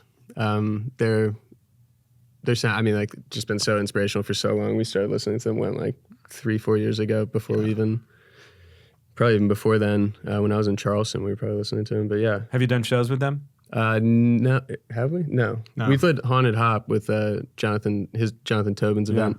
at Knockdown Center, and we were on the same bill. I forgot who they played as last time, but it was sick. It was so cool. The Monks. Yeah, the Monks. Awesome. Well, there are so many bands coming out of New York. When you see this playlist, you're going to be like, oh, I forgot about Ben Stellar, and I forgot about Geese, and I forgot about the Dare. So I mean, the Dare, you can't not talk about the Dare and what's happening there, right? The Dare is like Geese, so an good. anomaly. So there's so much going on. And this whole episode, I mean, it might end up being 4 parts. I don't know. But we have a few other artists coming on the show, too. So it's so great to see you guys. Yeah, you too. Great to I see feel you. like we Thanks see for each other having us. kind of a lot, and there's a lot going on. We're doing some great stuff, cool stuff together, too. And so everybody will see eventually what the thing is up to and what they're doing. But come out to the show if you haven't seen them yet, and check out all the music on Spotify. Anything else we need to plug or we should plug? We're going to Europe. Going to Europe, across the pond. Across the pond. So when is that? In October and the end of September. Yeah. We go September 20th, I think we start. Yeah, 20th to the 20th. And are you touring with someone, or are you just touring by yourself? Just by ourselves. Yeah. Awesome. Headline and then local support. Amazing. Yeah. Well, check out the band on tour, thething.com. Yeah. Yeah, Thing the Thing. Thing the Thing. Thing the Thing. You see, Yeah. I kind of knew that, but I didn't get it. Yeah, thething.com. That's why we got editing, right? Yeah, there's a Norwegian band that has it, I think. Yeah. Thething.com. Yes. Just Thing the Thing. You'll find it. Thing the Thing. Yeah. Well, Zane, Jack, always great to see you. Scott, I'm thanks excited so about much, what's Scott. to come for everything for you guys, and we'll see you soon. I appreciate it. Thank you, man. Awesome. Thanks for having us. Welcome back to the show. Spin Magazine's Lip Service. I'm with Jackson Hamm of the Telescreens. How are you, my brother? What's up, man? How you doing, brother? Very good. Awesome. We were just chatting about New York and the scene and the club scene here. You're friends with all the bands, some of them that we've had on so far. A lot of this episode, Jackson, is about the 2000s, New York City, the Strokes, Interpol, and all the bands, what's happening now. Your name keeps coming up. I was telling you that, everyone from Marissa to everyone else keeps bringing up your name. So I'm dying to see you guys. I know you're playing at Irving Plaza coming up. It's going to be a great show. September 7th. Let's go. Yeah. And tell me a little bit about how you got started. How did this all start to happen for you in New York City? I moved here like 8 years ago for school, music school, and met my band pretty much immediately.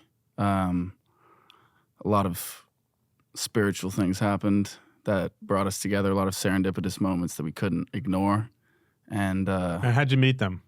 they were all kind of in the same program as me. And then my drummer was my younger brother's best friend in middle school.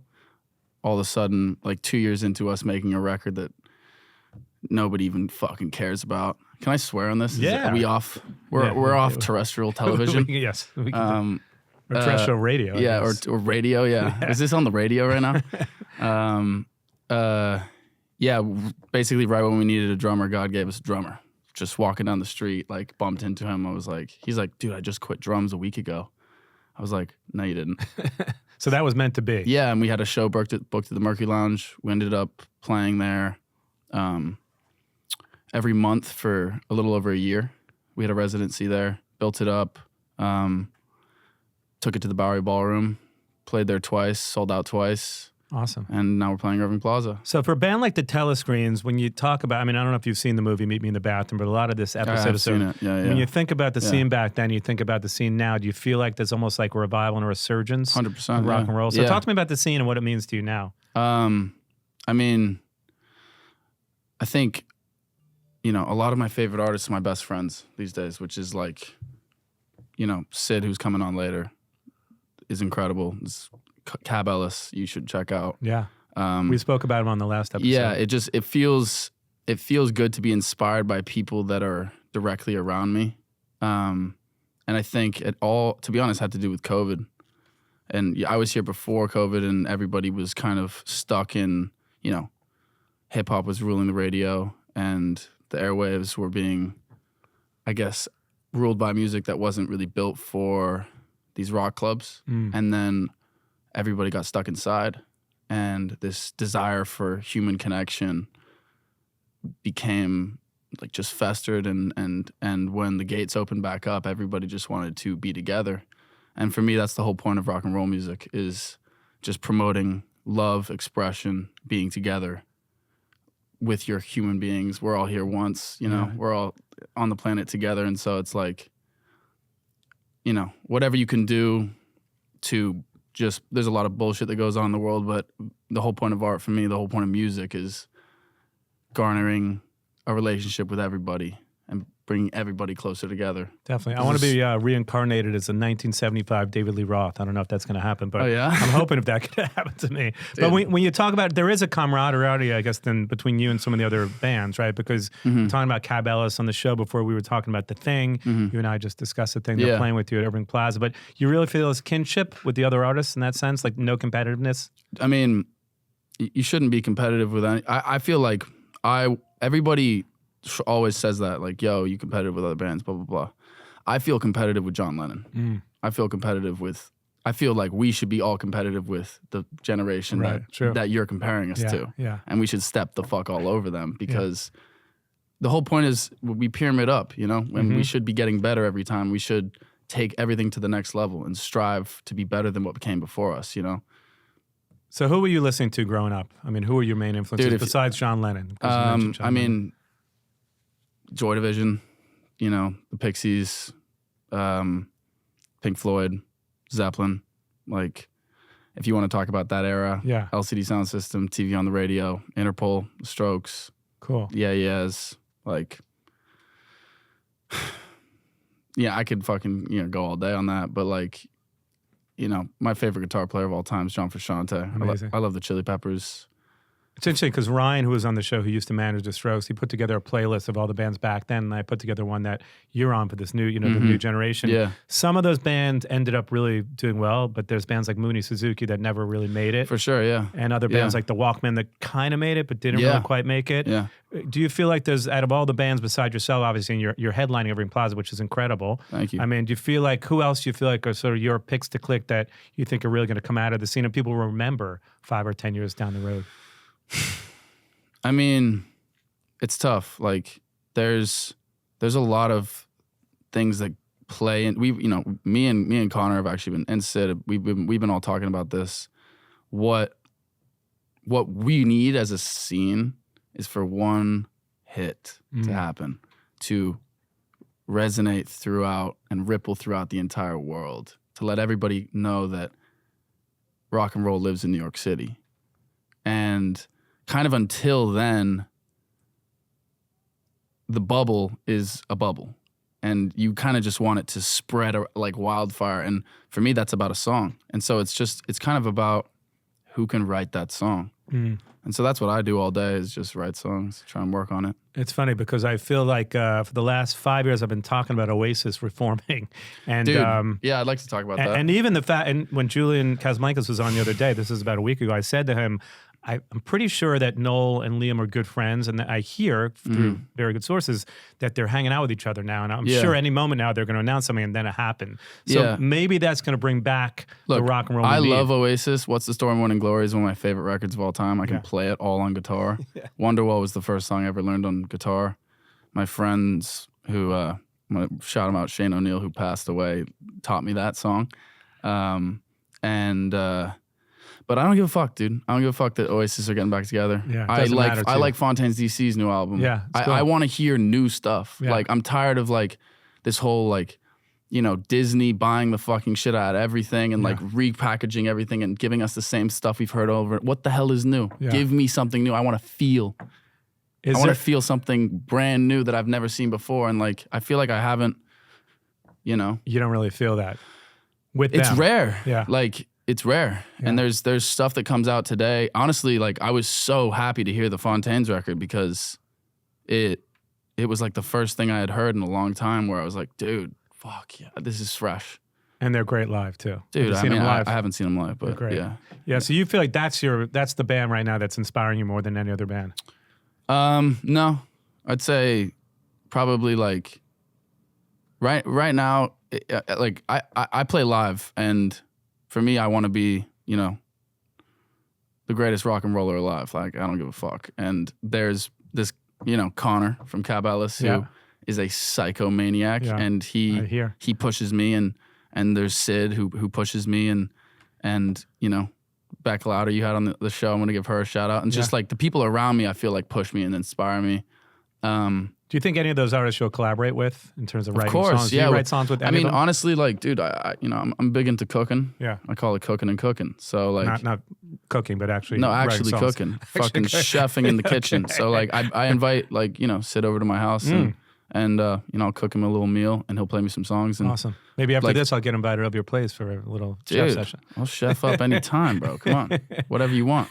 So talking about 2020, the release of your record, and then obviously 2023, and then what's to come for the band, because I've heard that the band live is incredible. So I'm excited to come to the show. Hell yeah, bro. And see everybody moshing. Yeah, we're about to put out our first record under the major in October. Awesome. I don't know when this is going to come out, but it's going to be around my 27th birthday. So if you know when my birthday is, it's the funny thing is like I'm already almost done with the record after that.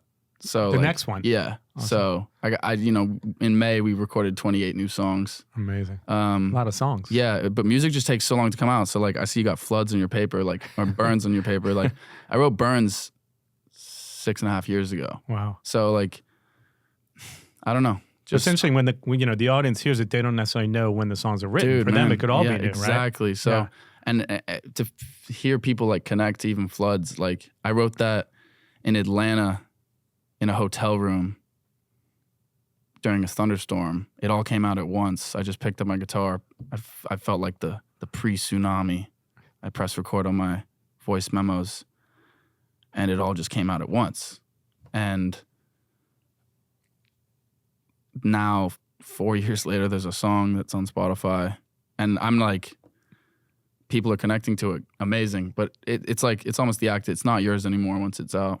So there's the old adage that you have your whole life to write your first record, and then 6 months to write your second record. Yeah, but you're already on your next record. I'm kind of, I feel like screw that. I'm chasing the Beatles, bro. Like they made fucking 10 albums. They're perfect. Like let's go. So talking about being an indie artist at this point, it's so hard to make money now for an artist. I was talking to Ryan, bands can have 8 million streams and make $5, right? Yeah. It's kind of ridiculous at this point with the labels. Right. The labels, in a sense, are almost like tech companies, right? You mentioned Disney and everything being sort of homogenized. So what does it mean to you to be an indie artist at this point, trying to, you're going to go on tour to, Well, I mean, I think there's great label situations to have. Yeah. I mean, we're signed. We have a great situation. What label are you on? UMG. Cool. With Victor. Amazing. And shout out those guys. Mm-hmm. I love my relationship with them. They empower me. And I think it's just about doing good business at the end of the day. Like, you can make money in this game. You just have to do good business. And like the problem is like there's incredible artists who are not savvy business people. Mm. And for me, I'm just a hustler. So it's like you almost have to be. You have to be, bro. Yeah. It's like and it's a shame, but rather than I ran from it for a long time and kind of past 2, 3, 4 years, like I was just like, dude, if me talking to people is going to stop what I need to do, like I want to headline Glastonbury one day, like at all costs, bro. So Definitely. Like, I think tickets at the Mercury Lounge are $10, right? They were fucking $10 back in the day too. Right. Beer was $2. Yeah. Now beer's $15. Yeah. Guess who gets the beer money? Not the band. Not the band, no. Bro. So inflation's helping everybody accept the artist. Yeah. So it's like we play situations where we get paid. And that's like important for us to stay alive. So it's like if you can actually garner an audience, put together a group of people who can draw and build, right? Then you can make money. We were talking before we started getting on the air about venues in New York, and some of the venues aren't rock clubs necessarily, right? Yeah. And what it means to kind of be a band now and playing with, other clubs here that you feel like are really, besides Mercury Lounge, are really receptive to what's happening. Is there a scene here that you think, venue-wise, that's really happening? You're playing Irving Plaza. I mean, there's great venues all over town. That's why I love it here. Like, I think Austin, Texas is the only other place in America that has venues like New York City. So I agree. We've been playing we've been moving it to clubs. Like we're playing we played Jeans and we played Lebain and like Le Ban, whatever. Right. And I don't know, like I think, Johnny T, he's an important guy. Jesse Mallon, shout out Jesse. Yeah. So it's like I hope Jesse's okay. I hope Jesse's okay. I actually saw him. He was on a date the other night with a lady in his wheelchair, and so he's fucking he seems like he's in a good vibe. There's a benefit show coming up for him that I'm right. gonna go to. Yeah. So, yeah. Same, I'll be there. Yeah. But I think, Heaven Can Wait's a great venue. There's like I think Baby's All Right is a great venue. Anywhere where they turn up the speakers, bro. I agree. You know? So having a machine behind you like Universal, how do things change for the band? No, I mean, like that machine is basically just, there's no radio now. They can't break a band. We have to do everything ourselves. They can apparently throw gas on the fire. We haven't seen it yet. Yeah, if something goes viral. Yeah, but it's basically for us. It's just like it's about just building a following of people who really are affected by the music and care about it, like how we care about it. And come to Irving Plaza. You'll see what we've been building. It's taken us a decade. Definitely. So I want to ask you, is there a top? I guess if you had to name your top New York City record of all time from a New York City artist, who would that be? Can I do 2? You could do 2. Damn, I gotta do 2. It could be old, new. It could be just new. Honestly. But if there's one record in particular. If it had to be one, it'd be This Is Happening, LCD Sound System. But I'm going to shout out Is This It? And I'm going to shout out Turn on the Bright Lights. All great records. Yeah. Let's talk a little bit about The Dare, because as an artist, you mentioned LCD. I feel like people who haven't heard LCD, The Dare is sort of like, it references James Murphy so much, but I think a lot of young people haven't heard of LCD, or maybe they haven't gone back and listened to those records. Very similar. Do you have a relationship with Harrison Dare? No. Not really. Do you like him as an artist? Is it a band that you kind of consider, is there an artist that you consider is breaking right now, or not really? He's got a good song. Yeah, one good song. Awesome. Well, talk to me about this next year. What's to come for the band? And obviously, there's a show coming up. Is there a tour coming up? Talk about the new record. We're going on tour with Skizzy Mars, touring America. We're doing ACL. Come see us if you're in Austin. That's October 4th and 5th, I believe. Yeah, great. October 5th, we play Austin City Limits. I love the fact that you guys, you're playing festivals, which is amazing, right? Exactly, bro. Because it's great. That's a great sign when you have a newer band playing 100%. A festival. So going back to like the how you make it thing, like as a band, or how you stay alive, like the Thing have a crazy world where they all live out of a van. Yeah. They just tour America and they told their booking agent, like, yo, we're going to be there. Yeah. Book us whatever. Right. And we're just going to live out of a van. And then every 3-4 months they come back home and, kiss their girlfriends and then they get back out there. And it's like, versus we have to stay here and like, figure out ways to make money, and we have rent to pay, and like they don't. It's like, so it's like, So do you rely solely on music to make money, or are you writing for other artists? Right now, yeah. Because it's hard. It is really hard out there to make money as a newer artist. But hopefully with Universal, they will pour some gas on the fire, so to speak, too, because I'm sure your shit will go viral. We'll see, yeah. For sure. Well, excited. The record comes out when, October? October, yeah. Amazing. Anything else we need to plug? I'm sure there's a lot. Let's see. Irving Plaza. That's it, bro. Awesome. Come to Irving Plaza. I will it's definitely be be the there. greatest rock show of this fucking generation. Well, it's a great lineup. So let's talk about the lineup for a minute. Yeah. Sid Simons is, I think, the best songsmith in New York City, maybe the world right now.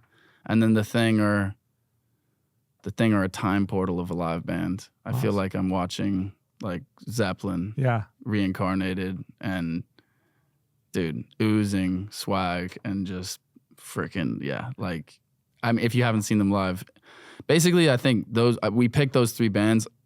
I put the bill together, and I did that because I wanted to showcase the best music that this city has to offer. Definitely. So if you live here, it's a good opportunity. I know it's $30 and everybody's complaining about it, but I might get on the guest list.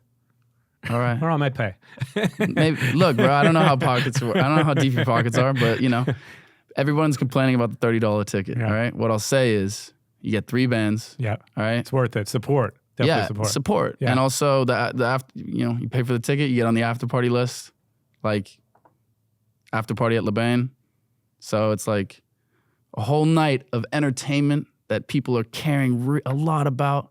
We're working super hard to just make sure. Basically, I want people to leave there being like, damn, I would have paid $300 for that. I agree. Well, it's funny because every 20 years, things are cyclical in a way. So I feel like the music scene is coming back to New York. Nothing would make me happier. So I'm excited to see you. I'm excited to support. Go check out the new record when it comes out. Cool. And this is great. We'll have to do this again when the record comes out. Can't wait, man. Awesome, my brother. Thanks for coming on. Welcome to the show, Sid Simons of Sid Simons and the Darlings. How are you, my brother? Great, man. Great. Thanks for having me on. Yeah, we were just talking about Paris. You were just in Paris. I was saying that I like Paris, but like they're always mean to me there, so I don't go that often because I feel like they know I don't speak the language. I try my best. Yeah. But they're not like... That's probably why. Yeah, I mean... You're trying. I'm trying. They hate that, I think. But you do look like you could be French. Do I? A little bit. I'll take You it, feel like you can fit in there. I'll take it. So much is happening. This whole episode, Sid, is about the New York scene in the 2000s to now, and all the new bands we had on Bec Lauder on the show. Obviously, the Telescreens. We were just here. The Thing, Ryan Gentle. So it's an incredible time to be alive in New York and for rock and roll. We're hoping, right? And we're hoping this is the big resurgence in rock and roll in New York. So tell me about your experiences in New York and the scene here right now. Yeah, I mean, I've been playing in and out of bands in New York for a while now, and I feel like it's like the most exciting it's been in like a long time right now. Yeah, I just feel like there's so many good bands and artists in New York. Like it just seems like there's a big like resurgence or something, you know? It actually feels like a scene. It does, right? Yeah. I want to get into it, but tell me how you started. How'd you get started in music? I was playing in a band called Beachwood when I first moved to the city. I was living in like Westchester, New York for a while. Are you from there? I grew up in Australia, but then I moved to Westchester when I was like 12. No accent, weirdly enough. I completely lost it. Yeah. Did you have one at some point? I had it. You did? Full on Australian? Thick really? Australian accent. Wow. Yeah. Okay. Lost it within like a year of going, like, 'cause I don't know, like high school kids, you don't really have like an identity at like 12, you know? So it's just, I adopted an American accent. But yeah, anyway, I moved to the city and I joined a band called Beachwood. And I played in that band for a couple of years. We toured everywhere, toured Europe like multiple, tons of times.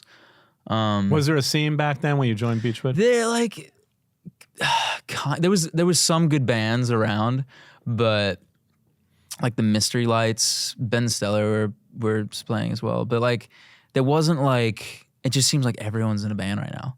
It wasn't like that, you know? It was like a couple bands. Yeah. Yeah. It's funny because we had the Thing on and they actually mentioned their favorite bands were the Mystery Lights and we talked about Ben Stiller a little bit. But talk to me about your early influences and what got you into music. Oh, man. I mean, Bowie was a huge one. I would say the White Stripes were probably like my first band that I was just like absolutely obsessed with when I was a kid and still are. Like they're still such like I'll go back and listen to those albums. They're so good still.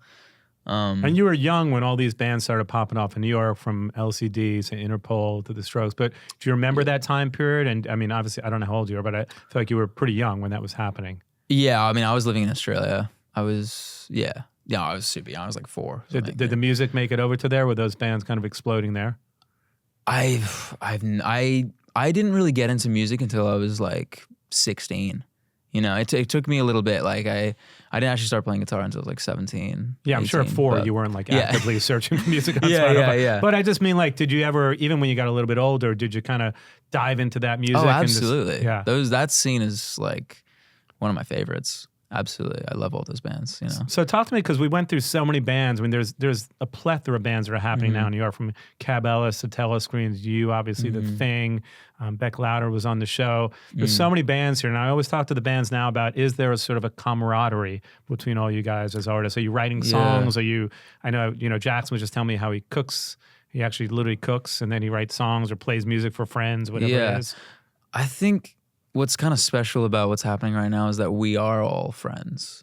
You know, we all hang out all the time. We all write songs together all the time. So I feel like that was definitely missed. There was like more of like a rivalry before. There used to be. It felt like that. Yeah. You know, it felt like everyone was kind of like, this kind of like weird kind of like tension or something between bands or whatever. But now it's like feels super open. You know? And I like think me and Bec just wrote a song together, you know. So. Amazing. Yeah, Jackson, I think, was mentioning the fact that like during COVID, it was just sort of maybe things opened up again and people felt this more of an empathy towards the other artists. Like maybe we should all collaborate and be friends versus the way it used to be. So you feel like that had something to do with it? That's a really interesting point, and I totally agree. Yeah, definitely. And talk to me about the band, the Darlings. Is it obviously more of a band effort for you at this point? Yeah, I mean, it started as a solo venture, and then kind of just bringing in this band of people that I've been associated with for just like kind of handpicking people. That's what I was doing. And now we were just like such a solid band that I was like, all right, we're a band, you know? So we called it the Darlings. So when I was growing up and I lived in LA, I was in this band that was part of the Guns N' Roses scene, but we met people through like, this is going back years, through a paper called The Recycler. There was no online, no way to meet people. How do you meet the band members? Like, is it just friends of friends? Is it word of mouth? All completely different encounters. You know, my guitarist, Zach, is he was my roommate a couple years ago, and we just moved into a place together, and then found out he played guitar, and so we just started writing songs together. My saxophone player, I was working the door at a venue like a year ago, and I just heard her playing sax downstairs, and I went downstairs, and I was like, "This, you're in the band." This is amazing." Yeah, I was like, "You're in mine now, forever." But yeah, I mean, the bass player Jensen, like I was in Beechwood with him, so awesome. it's just kind of like it all feels like family at this point, Who are the bands that are inspiring you now that are playing around New York? Because we talked about this camaraderie. Yeah, I mean, all the bands that you just mentioned, Cab Ellis, Telescreens, Bec, The Thing, Babehoven. Obsessed with this band called right now Babehoven. Geese is great. Geese is so good. Yeah. I don't actually know Geese's history, but I feel like they're one of the bands that's definitely breaking out of the scene at the moment. They're playing a lot of the festivals. And whatnot. It feels like they're kind of breaking out of New York a bit. And very unique. Really good. Yeah. Great songwriting. Yeah, I mean, they started out as like a post-punk band, and now they're like dipping into completely other things. They're like Fish or The Dead or something. Yeah. Right? Yeah. Interesting. Do you think a lot of the bands that had made it from New York years ago, because again, talking about like the movie Meet Me in the Bathroom to now, do you think they had a big influence on a lot of the artists that are happening now? Because I hear a lot of references. I was just talking to Jackson about obviously the Dare and the LCD reference, and a lot of the artists now reference to me the Strokes or the Walkman, and a lot of the bands, because everything old is new again. And my buddy Ryan Gentles that managed the Strokes was on the show. We were talking about it. He initially is the one that hit me up and said, do you know what's going on in New York right now? And I'm like, I kind of know because I've done a few things with The Thing, and those guys are kind of, for me, one of the better bands in New York right now, if not one of the best. So I felt there was something going on, but I didn't know as much. When I did a deep dive, I found out there really is this entire thing. I've seen it on TikTok, but I'm like, you see things on TikTok, you're like, Meet Me in the Bathroom Part 2, and I'm like, I don't know what that is. Right. So how much do you feel like the bands out in New York from like yesteryear, the 2000s, are influencing what's happening now in today's culture? Yeah, I mean, we have that whole history of what was there before, and I just feel like it's kind of, we're just like kind of cultivating like there's a whole new thing. Yeah, and it's kind of it's interesting because it's like we're touching on these bands and like these little influences, but we're bringing something a little more new. I think especially like production wise to it. So it's kind of like a nod to the past, but with like kind of modern kind of touches. I don't know. Yeah. And talk to me about your debut album came out in May. So talk to me about like what's next for you and more music coming up. I know you're playing all the time. I got to come see a gig, by the way. Yeah, you got to come to the Irving show. Yeah. I'll be at that show. Sweet. Yeah, I have so many new songs that I've been recording, that I've been writing too. So there'll definitely be an album soon. I'm renting a studio for a couple months in Williamsburg, so I'm just going to be, going in there every day. Are you a fan of albums? I mean, the way that people consume music these days, it's very huge. rare. I just bought a record player. My girlfriend bought me one for my birthday, thank God, because I used to have one. I bought one again.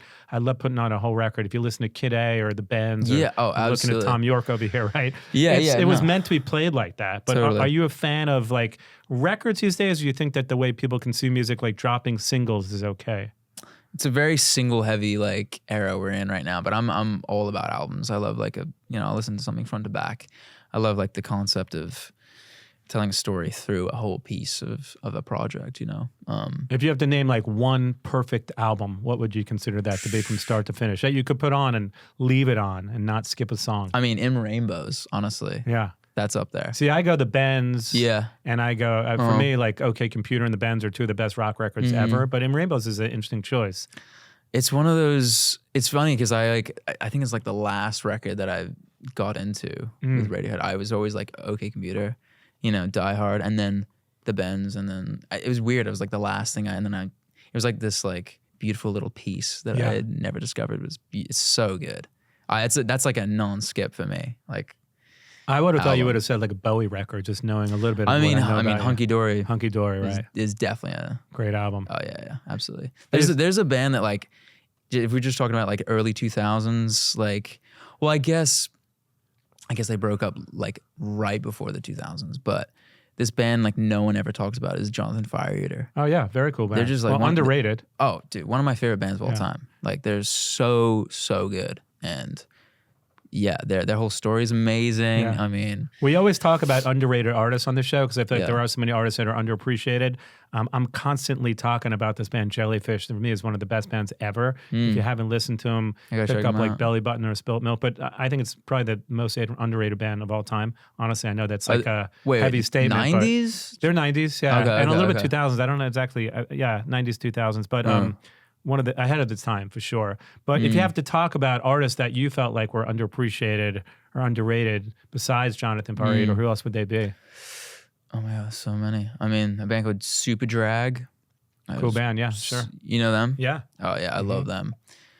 Far out, so many. It's hard, right? When you have to It's think of them just like that. Yeah, it's hard. yeah. There's just so many. Another great rock band that we talk about a lot on the show. If you haven't really listened to them, The Cult, one of my favorite bands ever. Oh, so yeah. check out their records. Incredible. Yeah, definitely. Or Cults. The Cult's another cool band. I think Cults was my first ever show. Yeah. Or one of my first ever shows I saw. Yeah, I know those guys for sure. So talk to me about it. Do you have a favorite, if there's the greatest band ever from New York City, according to you, Sid, who would they be? Jonathan Fire, I think. Ever from New York City? Yeah, honestly. So talk to me about what Jonathan Fire Eater means to I you. just think they just brought this like nihilistic kind of approach to music with beautiful lyrics. Like it's poetry that he's, and also the whole they formed Walkman after that, Right. too. So it has that whole like history as well. And I also love the Walkman. That's like one of my favorite bands, probably from. That's probably my next favorite band, honestly. Yeah, underrated. I was talking to Paul Banks about the Walkman. I think they played a show not long ago, right? Yeah, Didn't I saw that. And how was it? So good. Amazing. Yeah. No, that's another underrated band, the Yeah. Walkman. Very underrated. It's so interesting, like I said, because there are so many of those bands from that scene that really made it, but then there are bands like Ryan spoke about, Mooney Suzuki, that really never made it. I was going to say them as well. But yet they were huge at the time, and I know Ryan was booking them a lot into the Mercury Lounge. But there are all these other bands. Some of them, stood the test of time, like Interpol, obviously The Strokes, LCD, the Yeah Yeah Yeahs. Right? Yeah, right. So yeah, it's funny. It's funny because I feel like the Walkman should have been in that kind of category. Should have been, yeah. Like I feel like they should have been as big as like the National or something. Yeah. But it's interesting what takes off and doesn't, Yeah, who do you think is going to leave their mark on, this generation musically from New York? When you think about all your friends and you think about that movie, because somebody could really do a part 2 of that film, and I kind of titled this episode in a way like Meet Me in the Bathroom Part 2, but there could be a whole documentary about what's happening now. So, absolutely. I think someone should be filming should be filming it right now. I agree. Because I think it's good. We're going to look back on that. Who's going to leave their mark? I mean, a lot of the artists that we were just talking about, I think Telescreens, definitely. Cab Ellis, I think Geese. Bec, definitely.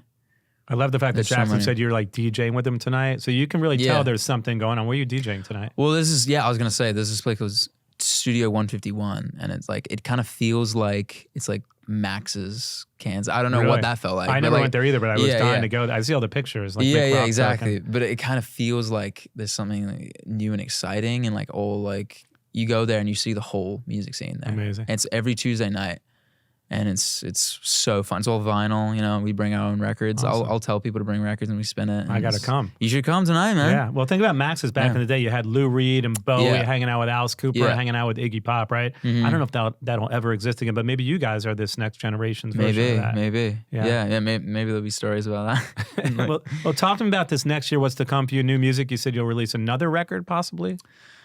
Maybe not this year, but definitely next year we'll be releasing a ton of shit. Yeah, there's a lot of stuff coming. And touring wise, what's coming up for you? We don't have any tours right now, but there's things in the books that are being worked out. Is it hard to tour for an artist like yourselves? Because it's so hard to make money. And I talk about this with so many new artists these days, but it really is, right? And I think people forget when you're a new artist, like we always talk about this again, but you get all these streams and maybe you get something goes viral, but it doesn't necessarily mean that you're making money from it. Yeah, So of course. As a newer artist now, how do you generate income so you can just do music and strictly concentrate on writing? Yeah, I mean, shows are the one kind of like way to monetize it, really. But like it's. But even that, You're right? You still, can't be getting paid thousands exactly, of dollars. Exactly. Right? It's hard. funny because like everyone in New York that we're even talking about right now has 3 other little side hustles going. Well, do you have a side hustle? Of course, yeah. Right, what are your side hustles? DJing. Right, Okay. Okay. Modeling and Right, stuff. okay. So Yeah, there's always the occasional bartender, you know. Right. So Been whatever it fired takes. a couple times, but and the guys in yeah. your band, do they do the same thing? Because they Yeah, only play yeah. music, or they have a side hustle? everyone too? everyone has Everyone has a side hustle. Yeah, I guess especially to live in New York. You know Yeah. what I mean? Like, It's funny because I guess this podcast is sort of like my side hustle. in a there you way. go. Yeah, And I'm older, so even Yeah, when you yeah. get to be my age, you got to do a side hustle. love it. Awesome. Well, Irving Plaza is going to be really exciting. It's going to be a great bill if you want to talk about the bill for a moment. I think the show should Yeah. come out right around the time. Okay, cool. So let's talk about the bill for a moment. Yeah, I mean, Jackson, Telescreens, those guys are like my brothers. Yeah. You know, so And you and The Thing. yeah. Have you seen The Thing yet? I just saw them. Wait, were you at the at, show in the park the other yeah. day? Were you Okay, there? I was there, and I thought I shit. saw you, but here we are officially That was the meeting. first time I seen them. Yeah, maybe not the greatest venue because it was just like Yeah. you know, you want to see a band with like a full-on sound system Oh and a no, light show. totally. But You I get it though. when I you get go. it, but also like if you can see a band and they do well in that scenario, Exactly. with the right light show and the right sound, Exactly. forget about it, right? No, they're so tight. I was just kind of in awe the whole time. Awesome. And so Should for be an good. artist like yourselves, are you shopping for a deal? Are you just independent? Where are you at in the process? Yeah, I mean, I'm currently on a label. Okay. But Indie label. yeah. But there'll be some changes. So Awesome. I'm yeah, excited yeah. for what's to come. yeah. There's exciting things coming. Well, when the next record comes out, we'll have to do this again. Exactly. Yeah. Awesome. Yeah. I appreciate you coming on. Let's Yeah, do man, a thank shot, you. by the way, because if you don't know what this is, it's called Magic Mind. It's for mental clarity. So you and I should do a shot. Sid, I do this almost yeah? every show. All right, let's do It's you could use the code LIPS in the description, but let's do a shot first. Magic Mind, mental tap clarity. it? We can tap it. Let's go, baby. Yeah, it's sort of like it tastes great. You'll see in a second. All right. Wow, it's great. Kind of like So guava, mental clarity. All right. Use the code LIPS if you want in the description for discount LIPPS. I need to take a couple of these. You can home take a here. bunch home with you, but that's Magic Mind from Mental Clarity. Thanks for coming on. I really Yeah, appreciate it. thanks, man. Great to see you. Great to see you too. Awesome.